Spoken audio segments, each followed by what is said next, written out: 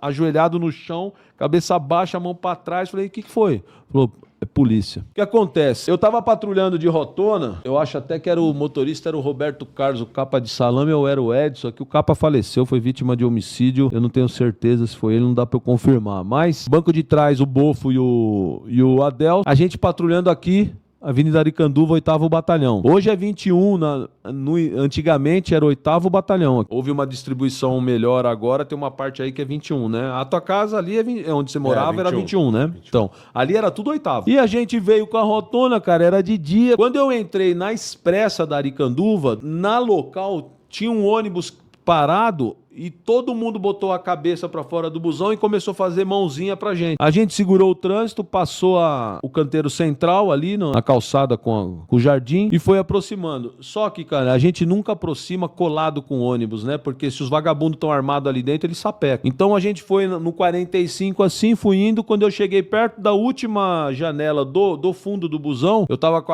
o 357 na mão. Falei, tá pegando aí. O pessoal falou assim, os caras acabaram de assaltar a gente.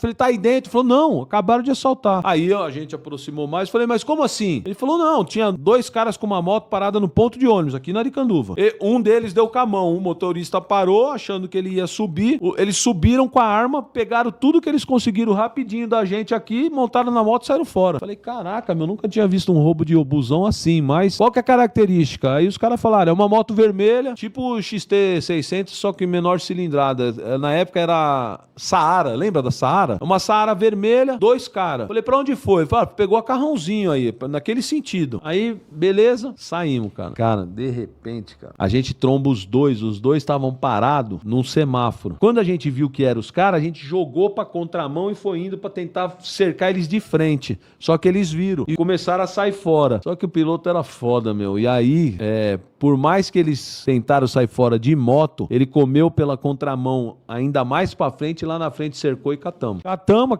aquela abordagem que a gente já sabia que era, né? Batia direitinho as características. O que tinha nessa moto? Um cara no banco de trás, magrelo, noia, mais velho. Aquele cara devia ter uns 40 anos. Velho, mais noia, com 8 na cintura, mano. Inoxidado, 7 tiros, novinho. E na frente, um outro cara. O que aconteceu? Eu grudei junto com um do banco de trás com a arma, já puxamos e arma. Os outros 2 polícias grudaram o da frente. Quando eu saí, que eu deixei, acho que com o Bofo, ele segurando o cara armado, nós fomos no outro. Quando eu cheguei no outro, falei, e aí, o que tem? Os caras falaram, ih, chefe, fudeu, merda. Não, o que foi? E o cara, tipo, já ajoelhado no chão, cabeça baixa, mão pra trás. Falei, o que foi? Falou, é polícia.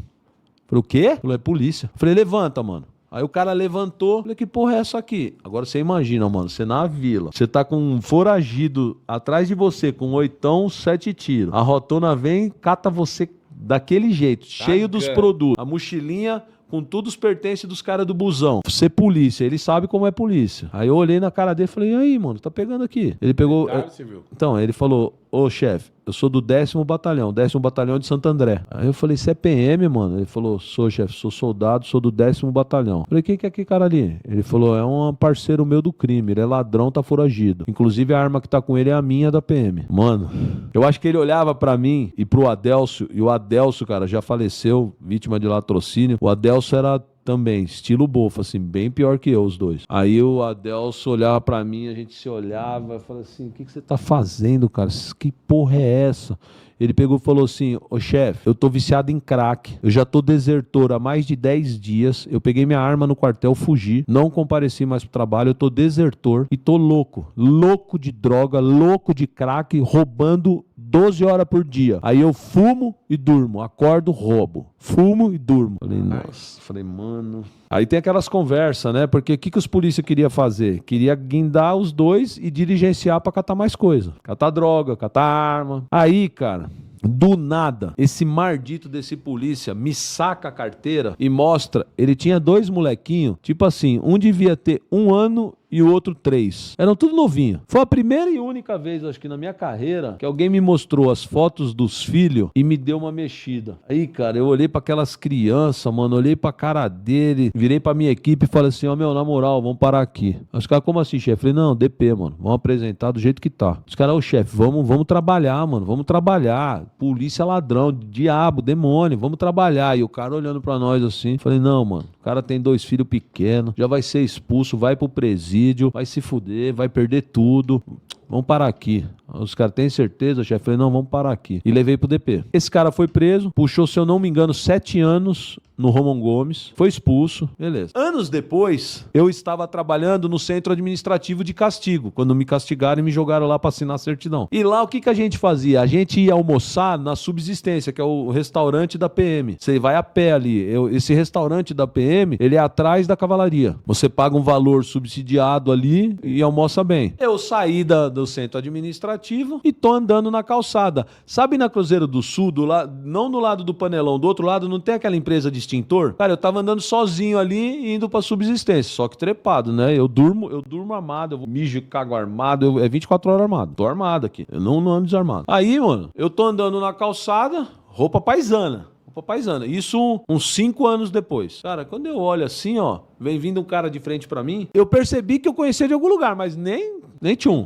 Quando chegou bem pertinho, ele parou na minha frente e falou assim, e aí, chefe, tudo bem? Inicialmente eu achei que fosse um Mike do choque ali, né? Só que ele tava paisanos, cabeludo, já não tinha jeito de polícia. Aí eu falei, tudo bem? Te conheço de onde, mano? Ele pegou e falou assim, ô tenente, eu sou o Mike do 10 que o senhor prendeu lá no Camoto, lembra? Falei, puta que pariu, eu já dei aquela endurecida, né, mano? Fiquei com a mão meio perto assim da cintura, tentando olhar a cintura dele. Eu falei assim, o que você tá fazendo aqui? Ele falou, não, chefe, é o seguinte, eu saí da cadeia, puxei meu período fechado, hoje eu tô trabalhando com o Silk Screen e eu queria agradecer o senhor. Aí eu olhei e falei, você quer me agradecer o quê, mano? Ele falou, chefe, é o seguinte, eu tava virado no crack, eu ia morrer. Ou eu ia tomar uma par de tiro, ou eu ia morrer farto, um AVC, sei lá. Eu ia morrer. Quando eu fui preso, o Romão Gomes é a única cadeia séria que tem nesse país, né? Em termos de rigidez. Não entra nada. Eu acho que as cadeias, essas de segurança máxima, as mais embaçadas, talvez seja assim.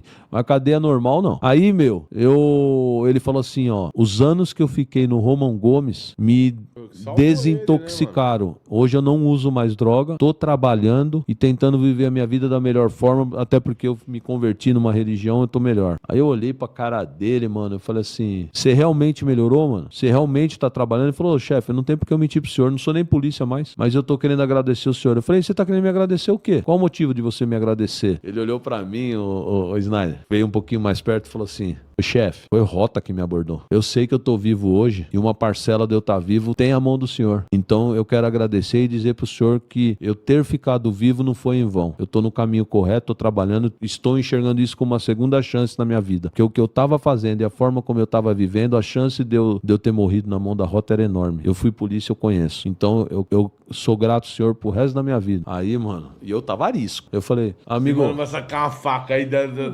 eu olhei pra ele e falei assim, amigo, as pessoas morrem quando tem que morrer na hora certa. É Deus que define isso. É a forma como vem pra cima da gente. Você não morreu porque não era pra morrer. Segue seu caminho e que bom que você tá melhor. Ele, chefe, obrigado por tudo. Eu falei, tá bom. Aí ele saiu andando assim, ó. Eu ainda fiquei olhando pra trás assim. Aí fui almoçar. Então é foda, cara. É foda. Porque do nada, às vezes, Deus vem e te dá umas cutucadas, né? Tipo assim, ó. Chave, né, ó, o que você fez ali valeu a pena. Ó, esse cara aqui é uma exceção. Esse cara não foi reincidente. Esse cara enxergou a merda e mudou. E mostra também que não tem boi, né, mano? O policial foi pego fazendo coisa errada, é expulsão e cadeia.